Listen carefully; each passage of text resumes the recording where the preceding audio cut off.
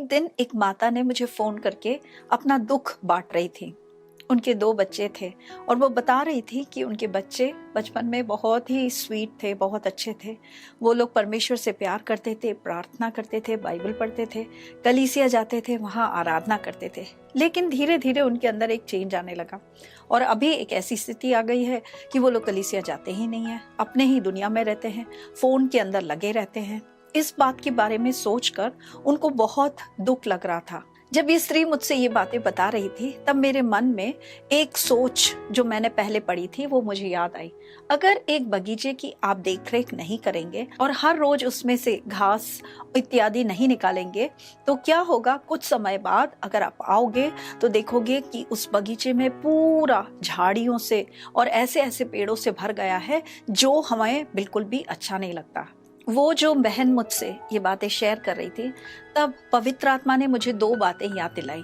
ये बातें हमारे बच्चों के जीवन में बहुत अधिक महत्वपूर्ण हैं। ये 2 बातें क्या है, आज मैं आपसे बताना चाहती हूँ।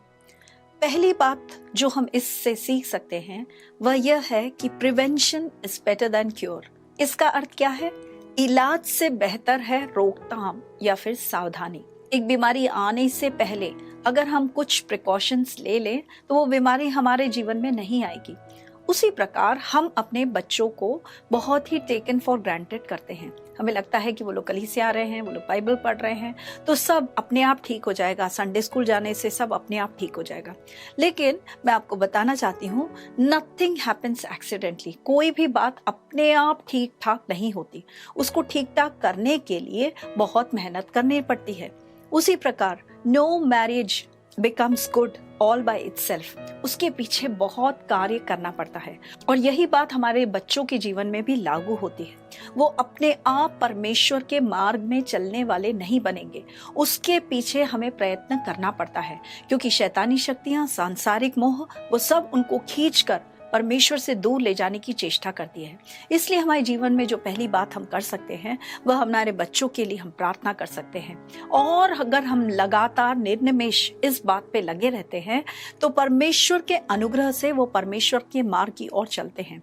उदाहरण के लिए यिर्मयाह की पुस्तक 24:7, उस वचन को उपयोग करके मैं अपने बच्चों को अनुग्रहित करती हूँ। वह वचन कुछ इस प्रकार कहता है, मैं उन्हें ऐसा मन दूंगा कि वह मुझे जानेंगे कि मैं यहोवा हूँ।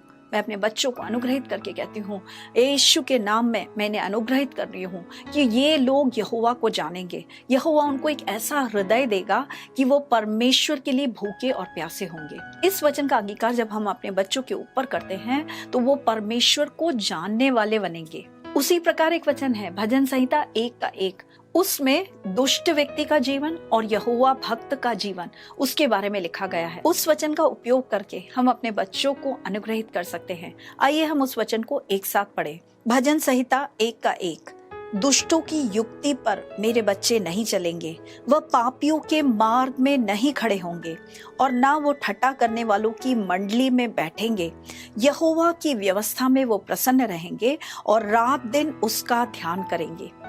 ऐसे ऐसे परमेश्वर के वचनों को उपयोग करके वो एक हथियार की तरह है जिसके द्वारा हम शैतानी शक्तियों को अपने बच्चों के जीवन से काट रहे हैं, उन्हें अनुग्रहित कर रहे हैं, उनको यहोवा के मार्ग की ओर डायरेक्ट कर रहे हैं। और ये हर माता पिता का कर्तव्य होता है। अगर हम नीति वचन की पुस्तक 22:3 पढ़ें तो उसमें परमेश्वर की आत्मा हमें इस प्रकार सिखाती है, चतुर मनुष्य विपत्ति को आते देखकर छिप जाता है, परंतु भोला या मूर्ख व्यक्ति आगे बढ़कर दंड भोगता है। इसका मतलब क्या होता है? एक बुद्धिमान व्यक्ति कौन होता है? वह व्यक्ति जो देखता है कि विपत्ति आ सकती है, उससे पहले ही वो सारी सावधानियां बरतता है। उसी प्रकार हर माता पिता को बुद्धिमानी से कार्य करना चाहिए। उन्हें समझना चाहिए कि उनके बच्चों को नष्ट करने के लिए उनको गलत मार्गों में ले जाने वाली शक्तियां कार्यरत है। इसलिए हम उस विपत्ति के आने के बाद रोने वाले ना बने, बल्कि पहले से ही उनके लिए युद्ध करने वाले हम बने। ये बहुत ही महत्वपूर्ण है। और दूसरी बात जो मैं आपको बताना चाहती हूँ वह यह है कि क्योर इज पॉसिबल। उसका अर्थ हो सकता है कि आपके जीवन में कुछ कारणों से आपके बच्चे परमेश्वर से अलग हो गए हैं, परमेश्वर से दूर हो गए हैं, लेकिन वहां पर कहानी खत्म नहीं हुई है। अभी भी आप उनको परमेश्वर के मार्ग में वापस ला सकते हैं। और उसके लिए आपको क्या करना है? उसके लिए फिर से आपको परमेश्वर के वचन का उपयोग करना है। अगर हम आयूब के जीवन में देखें तो आयूब एक इतना अच्छा पिता था। वो अपने 10 बच्चों का एक समान ख्याल रखता था। और आयूब की पुस्तक 1:5 में इस प्रकार आयूब के विषय में लिखा गया है, जब जेवनार के दिन पूरे हो जाते थे तब आयूब अपने बच्चों को बुलवा कर उन्हें पवित्र करता था, होम बलि चढ़ाता था, और इस रीति से आयूब सदा करता रहता था। आयूब हमारे लिए एक बहुत ही अच्छा उदाहरण है। उसके 10 बच्चों को हर समय उनके लिए प्रार्थना करता था, उनके लिए होम बलि चढ़ाता था और उनको अनुग्रहित करके परमेश्वर की सुरक्षा में वो देता था। और ये हमारे जीवन में बहुत ही महत्वपूर्ण है। अगर हमारे बच्चे परमेश्वर के मार्ग से भटक गए हैं, फिर गए हैं, तो वहां उस बात का अंत नहीं हुआ है। That is not the last chapter. अभी भी पवित्र आत्मा उनके जीवन में कार्य करने के लिए तैयार है, सक्षम है, लेकिन उसमें आपकी एक सहभागिता बहुत ही महत्वपूर्ण होती है।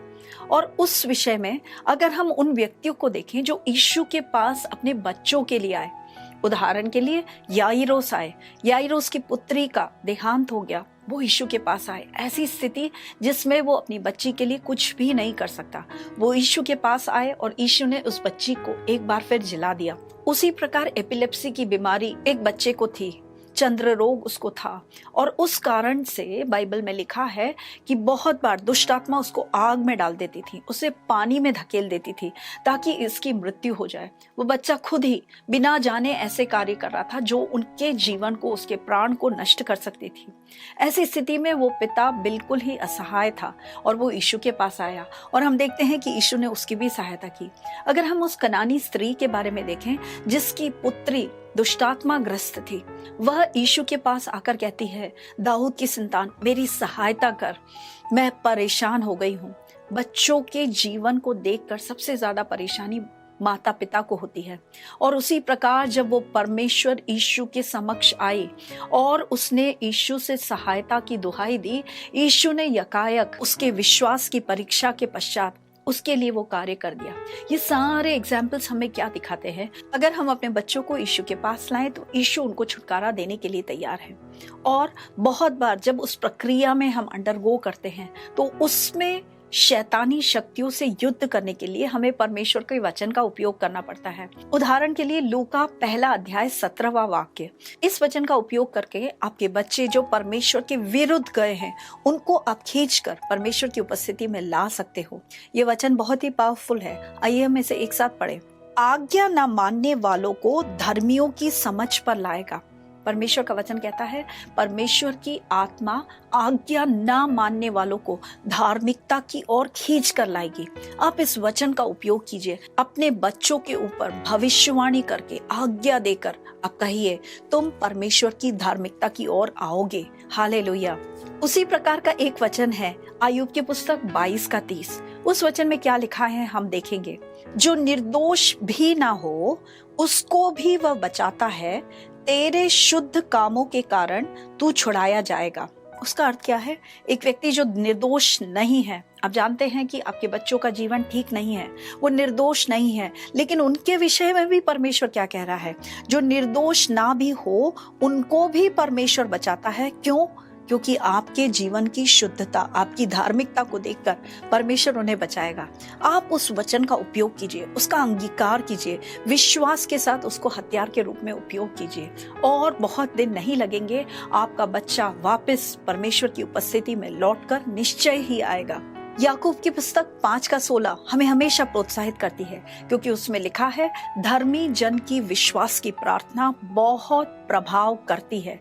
और इसलिए जब आप विश्वास के साथ और परमेश्वर के वचन को उपयोग करके अपने बच्चों के लिए आप युद्ध करोगे, उसका निश्चय ही एक सकारात्मक परिणाम आप अपने जीवन में देखोगे। और इन वचनों के द्वारा पवित्र आत्मा आपको इस बारे में प्रोत्साहित करना चाहती है। अंत में एक और वचन हम पढ़ेंगे, नहम्याह की पुस्तक 4:14। उसमें नहम्याह इस्राएल के लोगों से इस प्रकार दुहाई देता है, अपने भाइयों के लिए, अपने बेटों के लिए, बेटियों के लिए, स्त्रियों के लिए, घरों के लिए तुम युद्ध करो, परमेश्वर ने हमें युद्ध करने के लिए बुलाया है, और अगर हम युद्ध करेंगे तो निश्चय ही हमें इस युद्ध में विजय प्राप्त होगी। परमेश्वर इन वचनों के द्वारा आपको अनुग्रहित करे। धन्यवाद।